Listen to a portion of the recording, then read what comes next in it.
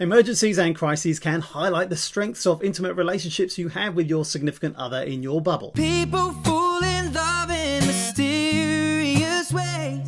However, it's also true that they can expose problems too. We know that applications for divorce have increased in some Chinese cities as they emerged from lockdown. And we also know that in many places, including New Zealand, domestic violence can increase in times of isolation. In usual times, most couples typically spend the bulk of most days apart since one or both partners work outside of the home. Now, both partners are required to spend all day together.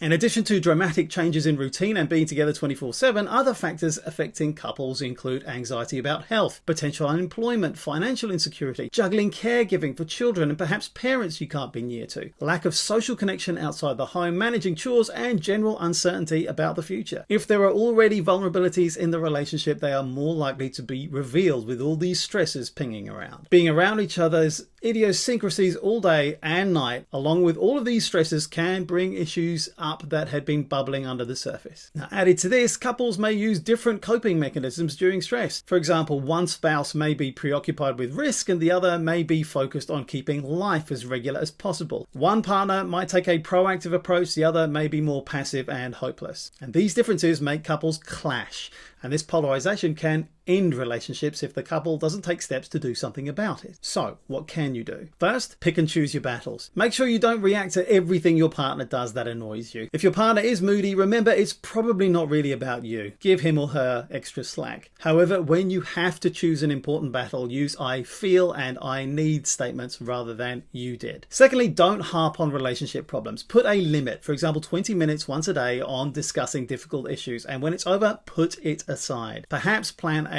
concern time in your schedule. Also, have a rule that either of you can call a timeout if it gets too heated and you will resume later. Number 3, carve out alone time. If you have the luxury of multiple rooms, create some time for yourself in a different room. If you don't have a separate room, use headphones or something else to create artificial boundaries and signaling that you need to be alone. Next, be engaged socially with other people. For example, schedule wine and dine with your friends and family through FaceTime or Zoom, or host game night by playing virtual games, so your partner is not the only person you're interacting with. Now, about conflict around financial matters. Try to focus your attention on ways to survive throughout the remainder of this crisis. Try not to look ahead too much as it's unpredictable right now, and if it's causing you difficulty, perhaps now's not the time. During a crisis, try sticking to each day and week as it comes. And finally, choose intimacy. A common remedy for conflict and a way to increase closeness is sex. This might not be the top of mind when you're worried about infection, finances, and the kids, but romantic connection is even more useful than ever. However, if your partner is not up for sex, don't nag or shame, and definitely don't coerce,